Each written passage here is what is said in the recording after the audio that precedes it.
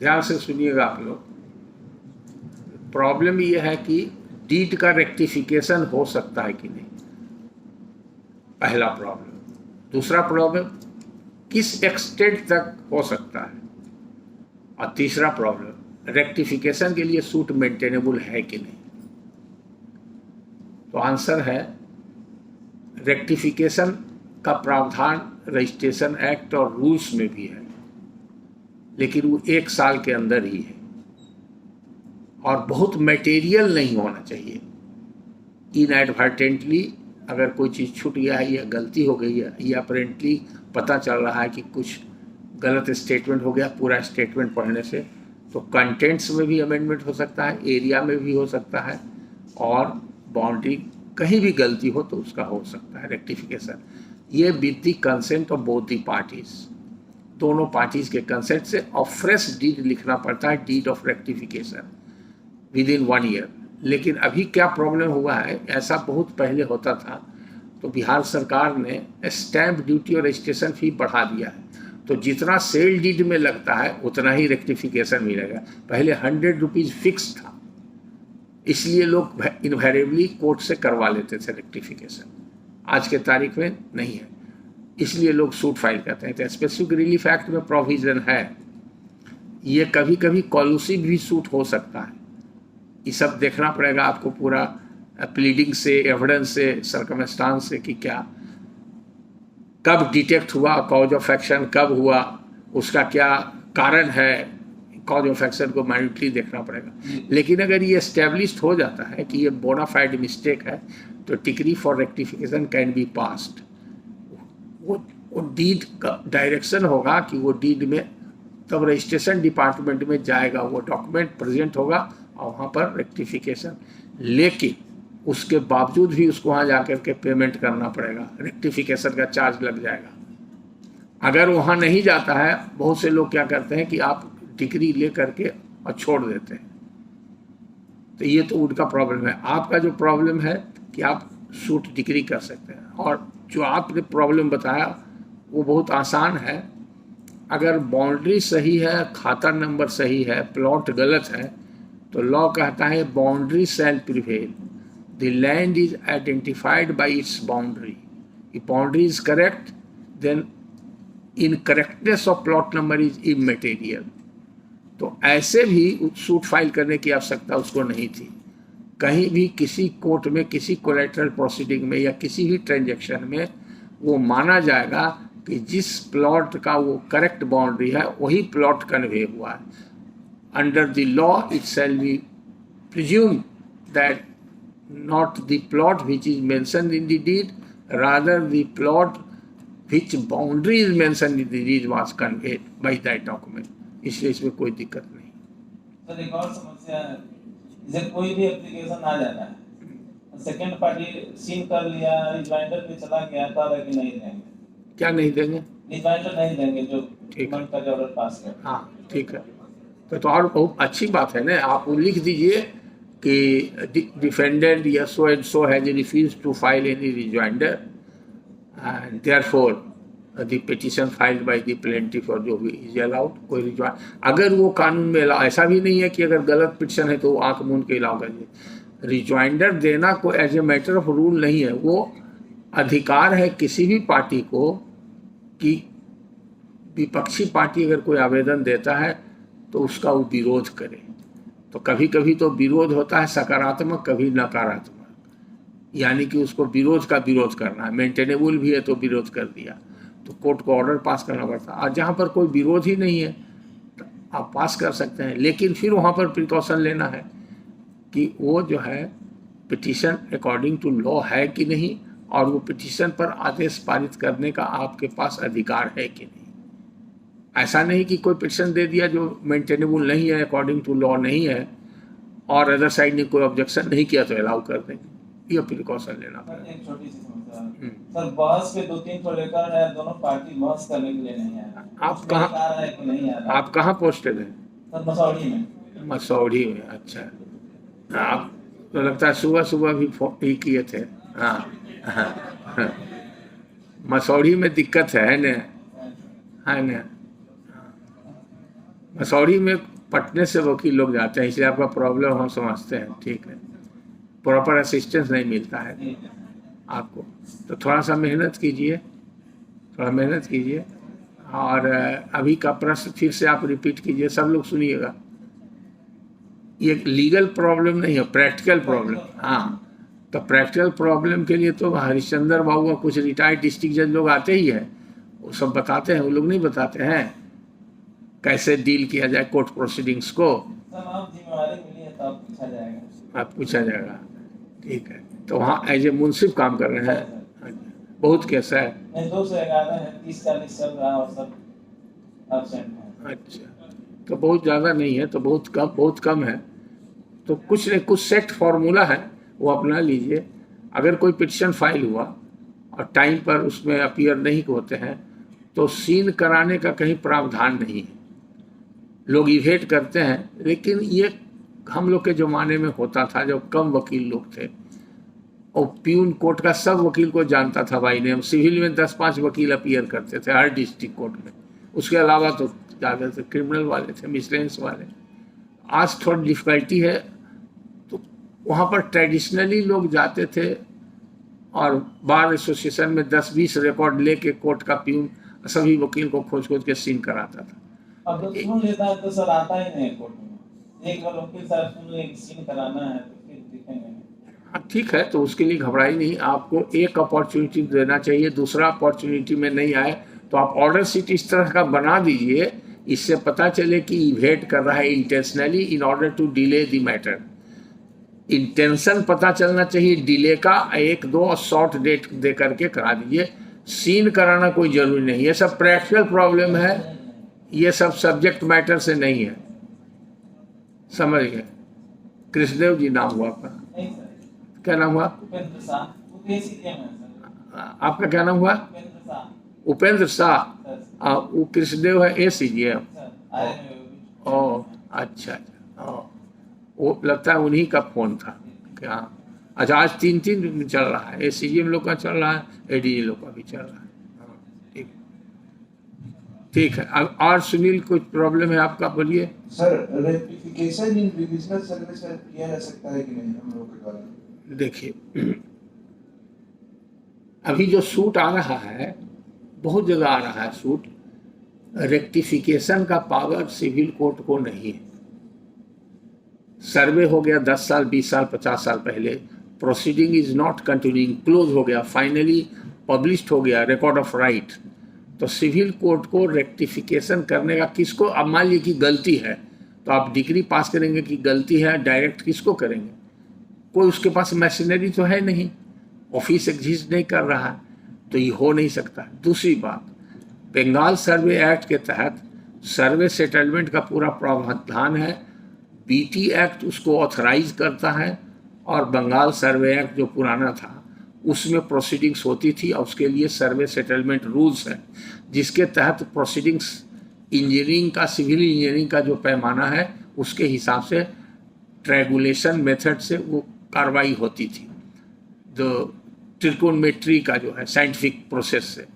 तो सारा मेजरमेंट वगैरह का मशीनरी रहता था, और वो उसी हिसाब से उसका काम होता था।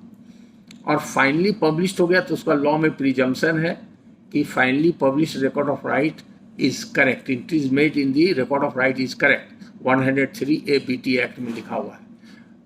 दूसरा, सुप्रीम कोर्ट, हाई कोर्ट का कई जजमेंट है जो कहता है कि this presumption has got effect both forward and backward.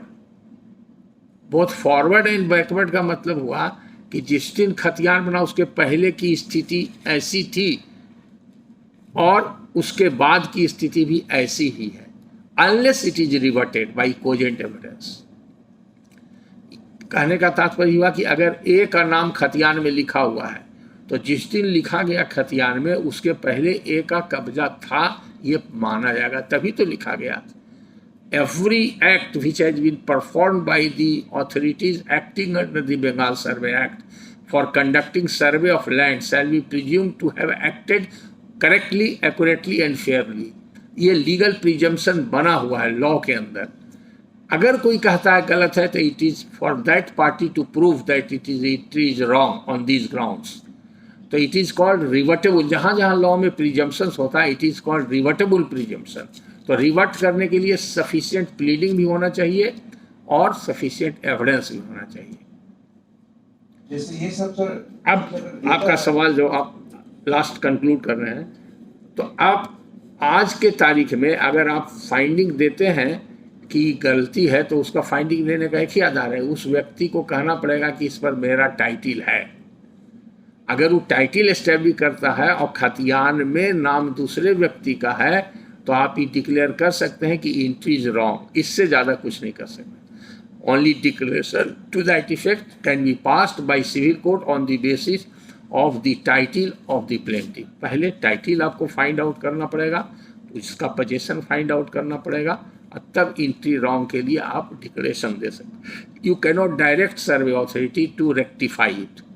उसके लिए सर्वे सेटलमेंट का जब कार्रवाई होता है तो सर्वे ऑफिसर्स के अलावे रेवेन्यू ऑफिसर्स को बहाल किया जाता है, जिसको कि मुंसिफ का पावर होता है फुल फ्लेजेड, और उसका जो प्रोसीडिंग होता है वो टाइटिल सूट की तरह होता है, और उसका अपीलेट अथॉरिटी सब जज होता है। सब जज के बाद सेकेंड अपील हाई कोर्ट जाता है। उसका प्रावधान बीटी एक्ट में 106 बीटी एक्ट में बना हुआ है, और उसका अपील वगैरह 109 बीटी एक्ट में होता है। तो इंटायरली डिफरेंट उसका हियरार्की है, अलग मैशनरी है। सिविल कोर्ट को उससे कोई लेना देना नहीं। सिर्फ सिविल कोर्ट का जुरिडिक्शन वहाँ है। Any suit of civil nature जो सेक्शन 9 का था is cognizable by civil court. तो आपको ये देखना है सिविल सूट जो है वो सिविल नेचर का है कि नहीं। रिलीफ जो मांगा है अगर वो सिविल नेचर का है तो सिविल कोर्ट को जुरिडिक्शन है। सर एक केस था सर, तो उसमें क्या है कि AIR 1921 पे एक जजमेंट दिया जिसमें बंगाल फिनेंशियल से रिलेटेड मामला था। तो उसमें कहा कि नहीं, रिकॉर्ड ऑफ राइट्स में सिविल कोर्ट इंटरफेयर कर सकता है, वो मतलब सिविल कोर्ट के माध्यम से उसको करेक्शन कराया जा सकता है। तो हमारा कहना था कि रिविजनल सर्वे का बात है, तो रिविजनल सर्वे में भी एक रिकॉर्ड ऑफ राइट्स बना होगा, तो इससे रिलेटेड कोई जजमेंट है कि नहीं? तो कोई दे नहीं पा रहा है इससे रिलेटेड। वो जजमेंट ठीक से पढ़िएगा, रेफरेंस याद है अभी आपको? नहीं तो हमको व्हाट्सअप कर दीजिएगा, बता दें। उसको फिर से पढ़िएगा तो क्या उसमें क्रक्स ऑफ द मैटर है, समझा देंगे। देखिए, पढ़ने में एंगल ऑफ रीजन और समझने में बहुत डिफिकल्टी है, क्योंकि अभी अनुभव कम है आप लोगों। कल 1 घंटा 3 ऑफिसर से बात की एक ही पॉइंट पर, कल सब जज 2 तो बहुत इंटेलिजेंट और एक एवरेज, वो भी जानकार। एक जजमेंट वकील साहब ने दिया सुप्रीम कोर्ट का, उन्होंने कहा कि स्पेसिफिक रिलीफ एक्ट के केस में थर्ड पार्टी वो जो है नेसेसरी पार्टी नहीं। एक वकील साहब ने कहा कि नहीं, वो नेसेसरी पार्टी है। अब इसी पर कंफ्यूज हो गया। हमारे पास उन्होंने प्रश्न किया, कहा कि नहीं नेसेसरी पार्टी है, लेकिन वो थर्ड पार्टी कौन है ये पहले देखना पड़ेगा। तो जो जजमेंट उनके सामने था वो जजमेंट पढ़ के भी नहीं समझ सके, तब तो उनको हम बताए कि जजमेंट में ये है, ये जजमेंट आपको अप्लाई नहीं करेगा आपके केस में। फैक्ट्स हर केस का अलग होता है और उस फैक्ट्स के कंटेक्स्ट में जजमेंट होता है। तो जजमेंट बहुत तरह का ऐसा होगा जिसमें कोई बाइंडिंग प्रेसिडेंस नहीं है, कोई ऑब्जर्वेशन है, कोई ऑबिटर है, कोई टेक्निकल ग्राउंड पर लोअर कोर्ट का कोई ऑर्डर है, रिवीजन में गया और रिवीजन डिसमिस हो गया और वो जजमेंट रिपोर्टेड हो गया। आजकल तो बढ़िया जजमेंट आता नहीं, इसलिए रिपोर्टेड, ये सब ऑर्डर को ही रिपोर्ट करता है। There is difference between order and reported judgement जो होता है, जिसमें कि कोई लॉ डिसाइड हुआ हो। तो ये इतना बाई लार्ज एक्सपीरियंस से आपको होगा, वेरियस जजमेंट पढ़िएगा तो प्राइमा फेसी। लेकिन जो बताए हैं वो आप देख लीजिएगा और वो जजमेंट का रेफरेंस दीजिएगा, तो आपको हम क्लैरिफाई कर देंगे क्यों। हो सकता है जिस समय वो सूट आया हो वो रेवेन्यू कोर्ट का ही सूट हो और वहाँ पर प्रोसीडिंग चल रहा हो। सर जैसे अभी सर बताया कि हम लोग जो रिलीजनल सर्वे में टाइटल डिसाइड करके केवल डिक्लेयर कर सकते हैं, तो कहने के बाद सर पोजीशन अगर उसको दिलाना हुआ, जैसे अगर टाइटल डिसाइड करते हैं कि हाँ उसका टाइटल है और रिलीजनल सर्वे में एंट्री गलत है, तो और पोजीशन पर मान लीजिए सर डिफेंडेंट वहाँ पे बना हुआ है, तो फिर उसको हटाने का भी तो आदेश देना होगा। हाँ, तो वो देखिए, सूट अगर फाइल किया है सिर्फ डिक्लेरेशन का और उसने रिकवरी ऑफ पोजीशन का नहीं किया है। अमेंडमेंट पे बाद में से रिकवरी ऑफ पोजीशन भी आ गया, या है मान लीजिए ठीक, अमेंडमेंट अलाउ हो गया ना, अमेंडमेंट अलाउ हो गया। अलाउ हो गया तो आप रिकवरी ऑफ पोजीशन का और डिग्री पास कर सकते हैं। It is with in your जुडिक्शन। जब टाइटिल जिसको है तो उसको इंटाइटिल है कि किसी को भी एविक्ट कर सकता है on the basis of title. ये वैसे केस में नहीं है कि जबरदस्ती कर सकता है। जैसे उदाहरण से समझाते हैं, जैसे ये एकेडमी पर लीगल पोजीशन डायरेक्टर का है, हम अभी यहाँ पर हम ऑक्यूपाई किए हुए हैं, हम कहेंगे कि नहीं हम नहीं हटेंगे, आप नहीं हटा सकते हैं, तो डायरेक्टर को भी अधिकार नहीं है कि बाई फोर्स हमको हटा दें। उनको भी कोर्ट में जाना पड़ेगा, लीगल एक्शन लेना पड़ेगा। तो लॉ, प्रिंसिपल ऑफ लॉ क्या है? Even a trespasser can not be evicted by another trespasser nor by the real owner directly by using force except by taking recourse of law. तो possession भी protected है। Possession is also one of the incident of rights in the property, one of the incidents of right in the property. तो इसलिए अगर court title is a of paramount consideration, title अगर पाया जाता है किसी का, तो टाइटिल का मतलब है कि टाइटिल फॉलोज पोजीशन। ये प्रिज्यूम्ड है, इनहेरेंट है कि अगर मेरा टाइटिल है तो मेरा पोजीशन है। और पोजीशन कई तरह का होता है, direct position, indirect position, physical position, legal position, permissive position, अलग अलग ढंग से उसको डिफाइन किया गया है। अभी मान लीजिए हम यहाँ बैठे हैं, लेकिन मेरा घर है यहाँ से 3 किलोमीटर दूरी पर, तो still I am in position of my house, but I am not in physical position of my house.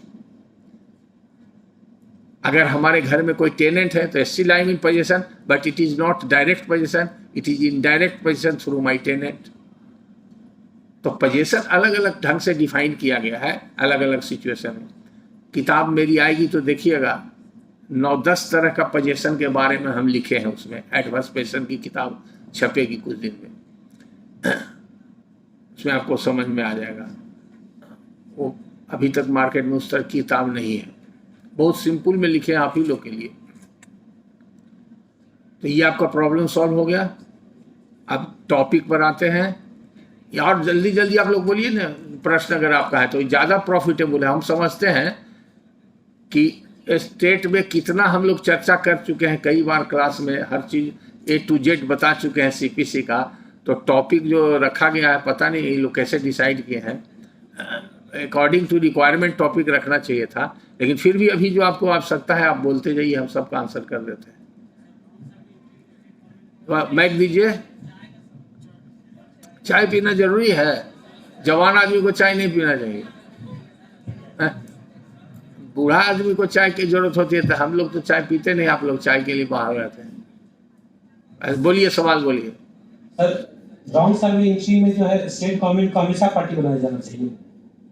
नहीं, अगर ज्यादातर केस आपको मिलेगा इसमें लिखा हुआ रहता है अनाबाद बिहार सरकार, जिसमें बिहार सरकार का नाम आ गया है खतियान में, और जो पार्टी आपके जजमेंट से अफेक्ट होने जा रहा है उसको पार्टी बनाना है। अब 2 इंडिविजुअल के बीच में A ने सूट फाइल किया कि B का नाम गलत हो गया है, तो स्टेट को पार्टी बनाने की कोई आवश्यकता नहीं। हमारे यहाँ सर अमेंडमेंट ऑफ प्रीलिम्स में सर डेट फाइल किया गया है, जिसमें सर स्टेट गवर्नमेंट को पार्टी बनाया गया था और एक प्राइवेट पार्टी को बनाया गया था। तो सर कहाँ पोस्टेड है? पीरो में सर। क्या नाम है आपका? रवि कुमार सर। रवि जी सर। का वहाँ पर आपका मुंसिफ है अभी? जी सर। कितना केस है? 500 सर। बहुत ठीक है। तो पीरो में वकील जाते हैं आरा से कि जगदीशपुर से? कहाँ से जाते हैं? जी सर, आरा से ही जाते हैं। आरा से जाते हैं। लोकल वहाँ में भी 20-25 लोग आते हैं। हाँ, तो उन लोग तो उतना अप टू दी मार्क नहीं। तो आपका प्रॉब्लम क्या है? सर एक जब ये प्लेन का अमेंडमेंट के लिए एक आया हुआ है, जिसमें कि सर इनिशियली जो है स्टेट गवर्नमेंट को भी पार्टी बनाया गया था, और इसमें सर इशू फ्रेमिंग के बाद प्लेंटिफ के एविडेंस स्टेज चल रहा है, और अभी सर एक पिटीशन फाइल किया गया है जिसमें स्टेट गवर्नमेंट को वो पार्टी के रूप में हटाना चाह रहे हैं। तो डिफेंडेंट का इसमें जो प्राइवेट है वो डिफेंडेंट का ऑब्जेक्शन है सर स्टेट गवर्नमेंट को नहीं हटाया जाना। तो वो क्या है, खतियान के करेक्शन का केस है क्या है? रॉन्ग सर्वे एंट्री के लिए रॉन्ग डिक्लेयर कर दिया, रॉन्ग सर्वे एंट्री। तो खतियान में नाम सरकार का है, अनाबाद बिहार सरकार है। जी सर। जी हाँ, तो वो नेसेसरी पार्टी है। उसको जो आया है सर, पिटीशन जो आया है वो डिसमिस हो जाएगा। हाँ, डिसमिस हो जाए। ठीक ये है। सब जितना भी इंटरलॉक्यूटरी मैटर आए, आप लोग दन उसको समझ बूझ करके जल्दी जल्दी डिस्पोजल कीजिए। उससे वजह से रुका रहता है डिस्पोजल केस का, अलिंगर हो जाता है, उसमें ज़्यादा भटकिए नहीं।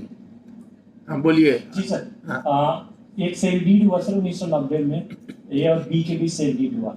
सेम डे में दूसरा डीड दोनों पार्टी के बीच एग्जीक्यूट होता है, ए और बी के बीच, और ये कहता है कि जो पहला सेम डे में पहला डीड जो सेल डीड एग्जीक्यूट हुआ है वो कार्तिक के गलती से वो सेल डीड कर दिया गया, जबकि हम दोनों मिलकर के मॉर्गेज डीड करना चाहते थे। और दूसरे डीड में ये भी एक साइटेशन में पैदा है कि 7 साल के बीच यदि 7,000 रुपया वापस दे देंगे तो बी प्रॉपर्टी वापस, पोजीशन वापस दे देगी। तो सर ये सूट में जो रिलीफ मांगा है प्लेंटिफ, जो पहले सूट का बेंडी और दूसरे सूट का मॉर्गेजर, वो मांगा है कि स्पेसिफिक परफॉर्मेंस ऑफ कॉन्ट्रैक्ट के लिए। तो इसमें क्या करना चाहिए सर? आप लोग ध्यान सुनिए, बड़ा टिकलिश क्वेश्चन है। एक डीड हुआ जो सेल डीड है ना? हम फिर रिपीट कर रहे हैं, आपका सवाल था क्या? एक डीड हुआ जो सेल डीड है, ए ने बी को लैंड सोल्ड कर दिया, ठीक है? जी सर। और उसके कितना दिन के बाद दूसरा डीड हुआ? Same date sir. Same date हुआ। तो सेम डेट हुआ तो डीड के नंबर से आगे पीछे पता चलेगा। डीड नंबर किसका आगे है? नंबर सेल डीड का नंबर 2425 है और हाँ। 2426 ठीक है। तो उसके बाद सेकेंड डीड जो हुआ वो हुआ मॉर्गेज। वो मॉर्गेज हुआ जो वेंडी है, उसने वेंडर के पक्ष में मॉर्गेज लिखा है। जी सर। वेंडी जो है खरीदार है, वही ने बेचने वाले को मॉर्गेज किया। जी सर। ठीक है। उसके बाद मॉर्गेज में ये लिखा हुआ है कि 7 साल में हम रुपया इनको दे देंगे। जी। तो ये हमको सेल डीड लिख देंगे। नहीं सर। हाँ। दूसरे डीड में रिसाइटल में ये है, हाँ। दूसरे डीड के रिसाइटल में ये है कि पहला जो डीड किया गया हम दोनों के बीच हुआ है वो कार्तिक के गलती से सेल डीड कर दिया गया है। अच्छा। जबकि हम दोनों का इंटेंशन था कि इसको मॉर्गेज रूप में हम इससे पैसा कुछ ले रहे थे, इस गिरवी के तौर पे हम ये जमीन रखते। अच्छा। तो दूसरा डीड में मॉर्गेज कर दिया, और दूसरा डीड में मॉर्गेज किया तो उसमें ये है लिखा हुआ कि कातिब के गलती से पहला डीड ऐसा हो गया है। जी सर। ठीक है। तो मॉर्गेज वो करना चाहता था। तो मॉर्गेज में क्या कंडीशंस है मॉर्गेज डीड में? उसमें कंडीशन है सर कि 7 साल के बीच यदि पैसा वापस कर देता है तो पोजीशन भी वापस कर दिया जाएगा। अच्छा, ठीक है। वो एग्रीकल्चर लैंड है कि? सर एक पॉइंट आउट, 7 साल बाद फिर एक पंचायत दोनों पार्टी के बीच होता है, पंचनामा भी लिखा जाता है, और उस पंचनामा में ये जिक्र है कि जो पैसा लिया गया था वो वापस कर देता है। पैसा वापस हो गया जी। 7 साल बाद जो मॉर्गेज लिखा, जी सर, जो आदमी पहले डीड में गलती से वो परचेजर था, जो परचेजर था वही ने मॉर्गेज डीड लिखा। जी सर। कि जो बेचने वाला था वो मॉर्गेज डीड लिखा, ही तो पूछ रहे हैं। ये एक्चुअली थोड़ा सा क्लियर नहीं है। देखिए इससे सिचुएशन बदल जाता है। ऐसे आप जो बता रहे हैं ये एक्चुअली है क्या? वहाँ पर जो कातिब की गलती से ही हुआ है पहले तय किया होगा वो लोग कि सेल डीड लिख दो, बाद में हम लौटा देंगे, फिर देखा कि गड़बड़ हो जाएगा। तो एक्चुअली ये मनी लेंडिंग का केस है, मनी लेंडिंग का केस है। वो मनी दिया है और जो आदमी ये लिखता है कि 7 साल के अंदर हम इनको पैसा वापस कर देंगे तो ये हमको पोजीशन वापस कर देंगे, यही नहीं लिखता है कि सेल डीड कर देंगे। क्या लिखता है? पोजीशन वापस कर देंगे। हाँ, सेल डीड की जितने पोजीशन वापस। तो वो आदमी पोजीशन नहीं किया वापस, नहीं पोजीशन वापस, और 7 साल पूरा हो गया। 7 साल पूरा हो गया। तो इसका मतलब क्या हुआ? ये कौन मॉर्गेज हुआ? आप लोग ध्यान दीजिए, आप लोग आपस में बात कर रहे हैं, हमको यहाँ आवाज आ रही है, आप लोग बात कर रहे हैं। वो कौन सा मॉर्गेज हुआ जो फैक्ट्स अभी इन्होंने बताया? कोई बता सकते हैं?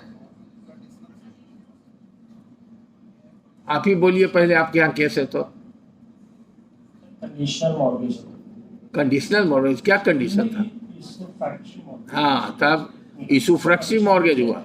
इशूफ्रक्सी मॉर्गेज हुआ तो इशूफ्रक्सी मॉर्गेज में तो उसको रुपया जमा करने, तो जो आदमी सूट फाइल किया है वो मॉर्गेजर फाइल किया है कि मॉर्गेजी फाइल किया है? कौन फाइल किया? मॉर्गेजर किया है। मॉर्गेजर किस बात के लिए किया है? वो स्पेसिफिक परफॉर्मेंस ऑफ कॉन्ट्रैक्ट किस बात के लिए? रिलीफ क्या मांगा है? रिलीफ मांगा, रिलीफ नहीं मांगा सर कि स्पेसिफिक परफॉर्मेंस कॉन्ट्रैक्ट जो सेल डीड एग्जीक्यूट मेरे फेवर में करे और पोजीशन हैंडओवर करे। तो मॉर्गेज डीड के आधार पर कि सेल डीड के आधार पर? दूसरे वाले डीड के आधार पे। तो एकदम गलत है, सूटे प्लेंटे रिजेक्ट हो जाना चाहिए। इतना दिन से कैसे खींच रहे हैं आप? सर अभी आई नो एक महीने से देख रहे हैं। उसको बढ़िया से पढ़िए, कंटेंट्स पढ़ के हमको बताइएगा फोन से। जी सर। देखिए समझा देते हैं। इसमें एक कानून का वो यही दिक्कत है ना, जब दोनों तरफ जो हालत ऐन के वही हालत गैन के, जब वकीलों साहब जय सियाराम और जज साहब ही वैसे सीताराम, तो क्या होगा? तो उल्टा पुल्टा ऑर्डर होते रहेगा। अभी आप लोग को समय है, आप लोग को जो सीरियसनेस होना चाहिए वो नहीं देख रहे हैं। आप लोग यंग इनर्जेटिक ऑफिसर हैं, बहुत आगे जाना है आप लोग को। हाई कोर्ट सुप्रीम कोर्ट तक जा सकते हैं, कई मुंसिफ गए हैं सुप्रीम कोर्ट तक, लेकिन आप लोग कैसे जाइएगा? अपनी विद्वता अपने कलम की वजह से। वकील तो कुछ बोल के लिख के चले जाएंगे, आप जो लिखिएगा हमेशा रिकॉर्ड में मौजूद रहेगा, ये आपको ध्यान रखना चाहिए। इसलिए बी कॉन्शियस। आप देखिए 3 इसमें लॉ पॉइंट बड़ा डिफिकल्ट इन्वॉल्व है। पहली बात कि पहला सेल डीड को डिसोन कर रहा है दोनों आदमी मिलके, तो प्लीडिंग्स WS प्लेंट से ये नहीं पता चलता है कि वो सेल डीड के एक्सक्यूशन के अगेंस्ट में कोई कंट्राडिक्शन है। दोनों पार्टी इस बात को मान रहा है कि sale deed was a product of mistake of the scribe. ये जैसा कि आप बता रहे हैं, इसे फिर से एग्जामिन कीजिए। तो अगर पहला सेल डीड को डिसओन कर दिया और दूसरा डॉक्यूमेंट भी रजिस्टर्ड डॉक्यूमेंट है, तो वो नल एंड वॉइड हो गया, वो इनऑपरेटिव डॉक्यूमेंट हो गया, टाइटी नहीं पास किया। और दूसरा डॉक्यूमेंट भी रजिस्टर्ड है और पोजीशन दिया हुआ है, मॉर्गेज लिखा हुआ है, तो इट इज यूसुफ्रक्टरी मॉर्गेज। तब section 12 money lenders act 1974 apply कर जाएगा। उसको तो रुपया भी वापस नहीं मिलेगा, सब सेटिस्फाइड हो गया। और TP एक्ट के ऊपर उसको ओवरराइडिंग इफेक्ट है मनी लेंडर्स एक्ट का, फुल बेंच जजमेंट है। तो कोई भी मॉर्गेजर आज के तारीख में रिडेम्पशन के लिए या मॉर्गेजी फोरक्लोजर के लिए सूट नहीं ला सकता है जहां पर कि यूसुफ्रक्टरी मॉर्गेज हो और 7 साल हो गया हो। उसके लिए DCLR is a designated authority. Form LC 13 land ceiling act का फॉर्म 13 है, ML 13 मनी लेंडर्स एक्ट का फॉर्म 13 में वो फॉर्मेट है, उसमें भर के DCLR को देना पड़ता है और DCLR उसको पोजीशन दे रहा था, उसको पैसा वगैरह देना पड़ता। तो अलग हियरार्की है उस कोर्ट्स का, वो सिविल कोर्ट में मेंटेनेबल नहीं, लेकिन वकील की जानकारी नहीं से वकील का गला रहते रहे लोग, तो आप उस प्लेंट को रिजेक्ट कर दीजिएगा। और नहीं तो अगर एविडेंस हो गया, अभी आगे चला है, आर्गूमेंट है तो आर्गूमेंट में डिसमिस हो जाएगा। The suit is not maintainable in any respect. तो आप कंटेंट्स पढ़ के बताइएगा। आप देख रहे हैं बहुत लोग चाय पीने के लिए उतावले हैं, इसलिए टी ब्रेक करना लगता है लाजमी है क्या? Majority must be granted, I am sole minority. ठीक है, हम लोग 10-15 मिनट के अंदर ही मिले।